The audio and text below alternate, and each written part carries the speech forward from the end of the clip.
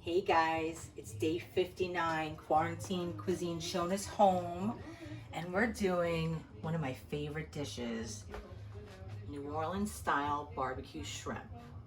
Ooh wee. What's up with that? What's up with that? Okay, what's up with that is New Orleans style barbecue shrimp is very different from like your normal southern barbecue that you think about.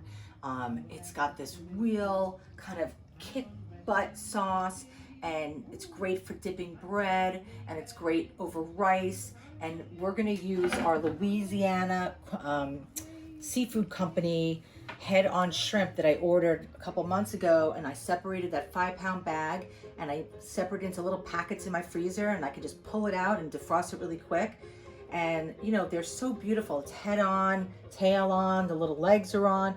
And I know this is like weird for a lot of people and you get squeamish over this. I get it.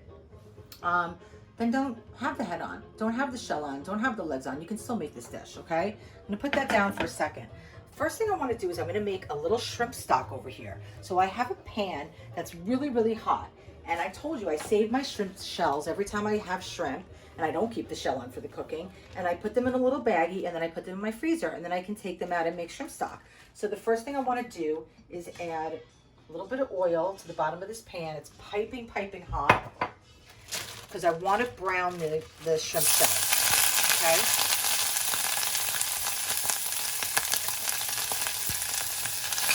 So we just want to cook them for a minute and just kind of, get the flavor out of them.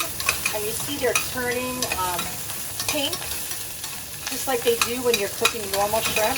So we're getting that in there. And then to that, there's so many ways to make shrimp stock, but I'm doing a very, very quick one, right? Just to get a little extra flavor, because you know how I like to layer my flavors, right? And while I'm thinking of that, let me just turn on this pan.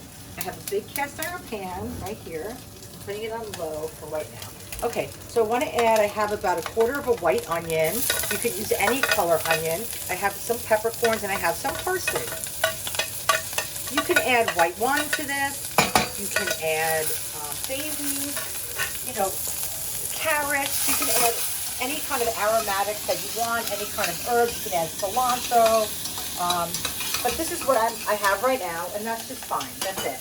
And I'm going to add a little bit of tomato paste to this, and that's going to give my shrimp stock a little bit of color, a little bit of extra flavor, a little bit of that robust, kind of flavor that I always talk about. And what do? I mix my tomato paste around. We're going to get that bitterness out of there. And I'm just cooking these onions. And these onions don't have to be like cooked all the way, like caramelized. It's just, we're just flavoring this stock, okay? And see that? Look at how that's turning up. So pretty. And to that, I want to add a little bit of black pepper and a pinch of salt, okay? So now that we've sauteed that and kind of gotten everything really mixed together, I'm just going to add a little bit of water, okay? This is from my morning teapot. I don't need a lot, so that's it. We're going to move that around. I'm going to turn that heat up, and we're just going to extract as much flavor as we can out of those shrimp shells. Okay, moving on. So now, back to these guys. So we have our shrimp. It's the head-on shrimp. The legs are on, and this is the way they serve it in New Orleans, just like this. And you peel and eat it, okay? So again, if you're squeamish about that, just don't do it that way. Just get regular shrimp from your seafood market and, have it cleaned for you already. It's totally fine. It's not going to change the dish much. But what's nice about doing shell on, head on, is that all the flavors that we're cooking in here are going to get embedded underneath the shell into the meat of the shrimp, and it's going to protect the shrimp in a way that it doesn't get as firm. And when I mean firm, I mean tough, not firm like cooked, but just tough. So it's just it's messy, but it's a really, really great way to cook shrimp and enjoy them.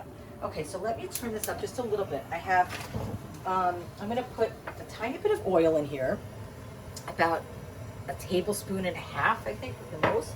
And then I'm going to add 4 tablespoons of butter. Oops, sorry, Parks, did I get you? No, I'm good. Okay, good. Okay, and we're going to let that melt. That's why I have my pan on low to start because I don't want to burn my butter. Okay, so we're cooking that butter, and I have a little bit of oil in there just so that our smoking point on cooking, because butter doesn't have a high smoking point like oil. So if we add a little bit of oil, it helps our smoking point, okay? And to that right away, I want to add about 1.5 to 2 tablespoons of garlic. And you know, that's up to you. If you like garlic, add more. If you don't like garlic, keep it out. If you like it, but you don't want a lot, add less, okay? This is your dish. This is my way to do it, but you alter it to your way. That's why, you know, I always say I collect cookbooks. I love cookbooks. I read cookbooks like, you know, like novels, but I use them as a reference point. I don't necessarily follow a recipe unless it's a baking recipe, which is why I don't like to bake that much, because I really don't like to follow recipes. I don't like to follow directions. I don't like authority. I don't like any of that stuff. So I like to do my own thing. But anyway, they're very helpful. They can kind of guide you. And then, you know, if I read a recipe on barbecued shrimp and I don't like all the ingredients in it, I'll just take away what I don't like and put in what I do like, but use the basis of that recipe to give me a view into what makes that recipe work and make, you know what I'm saying? Does that make sense? Okay, so we don't want to burn this garlic. So what I want to do right now is I want to add just a tiny bit of stock, because I can control this garlic from burning by adding a little bit of liquid. Okay, so it's cooking a little bit too fast for me. I'm going to turn down my flame, but instead of ruining what we started, I'm adding that liquid. Okay, I'm actually going to add a little bit more. I don't want that to burn. Okay, so that's just going to stop that cooking. Okay, and to this I want to add 1 tablespoon of Creole seasoning, 1 tablespoon of oregano, 2 tablespoons of Worcestershire sauce. Okay, so now we have this lovely kind of mixture going here. Now, here's where we're going to add the shrimp. Okay, so I'm going to just place the shrimp down. You're all invited to the party. Okay, look at these beautiful large shrimp. And I got to tell you a secret, you guys. We made this the other day, and it came out so good. It was so delicious. We went up to our deck and we ate it on the deck, and we had a little, you know, party, and we talked about New Orleans and everything was hunky-dory. And then I went to watch the video today, and the video somehow, I'm going to turn this up a little bit now, the video somehow ended up in slow-mo the whole time. And I was like, what happened? So instead of being like a 14-minute video, it was like an hour and 20 minutes, because everything was like, yay. It was fun for a minute until I realized, okay, we got to shoot that again. So we're having the same dinner again. That's good. But we love it. That's so good. there you go. Yeah, I'm happy about that part.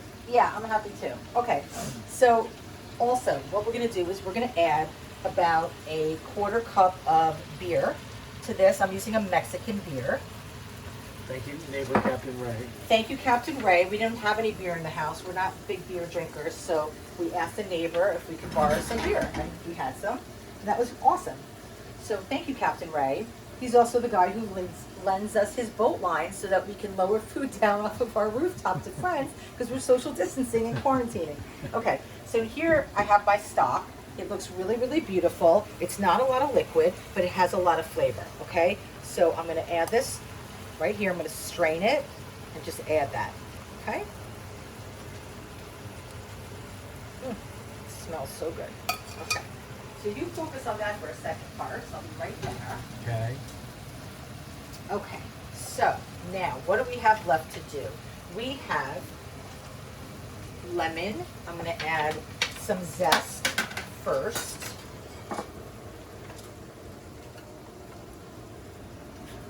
You know how I love my lemon zest. It adds this fragrant and lovely acidic flavor. It adds balance. It's always good to add a little bit of vinegar to your recipes, some kind of acid, like a vinegar or citrus, and it helps balance out, especially spicy food. Okay, so we're adding the zest, and I love the color. And I just, you know, I love the layer of flavors. That's my deal. I'm a flavor layerer.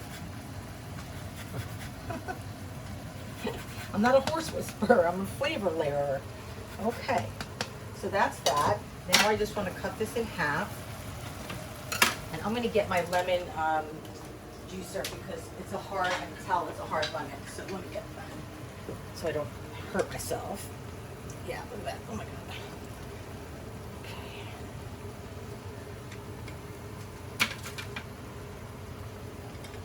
So you can see that the shrimp is starting to turn pink. So that means it's getting cooked, and that's a good thing. That's a good thing, right?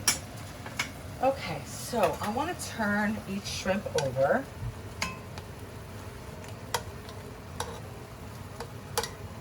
Are you excited to eat this again, Parks? Yeah. Yeah. Now, this better work this time because we're not going to go through another 3-time BLT situation. Okay? As my friend Britt would say, okay? Okay, so we got that. We're going to let that reduce for a couple minutes. In the meantime, how are you guys doing? What's up with you?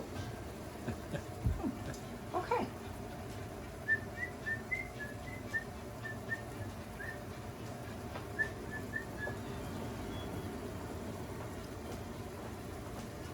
Okay, let's cut here. Okay. Okay, cut here. Yep. And we're gonna come back when this is simmered down. Yep. You got it. Here we go. And Okay, so our sauce is reduced quite a bit and everything looks really, really scrumptious. I'm just gonna turn these shrimp over one more time just so that each side can get its fair share of juice in there and it gets in the shell. It's just so beautiful. Oh my God. I'm actually happy that we're eating this again. Oh my God. Okay, so the sauce is really like the king here, right? Can't remember if I turned that one or not. Okay, so the sauce is so good. So we don't want to reduce it too much. So now what I'm gonna do is I'm gonna put this little guy in the middle. Okay. And I heated up some Uncle Ben's ready rice. I have basmati.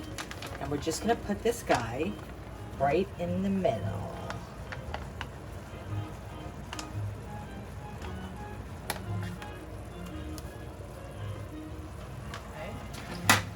Push it down and even it out. It's all about presentation, you guys. Right? presentation. Presentation, marination, situation. Okay, so we got that there. Okay, and the last thing we're gonna do is just garnish this with some scallions. Oh, oh boy. Okay, I'm gonna lift this guy up. Oh, wait. And that's okay. That's okay. It's saying I want to be in the party too. I don't blame them. I want to be in that party.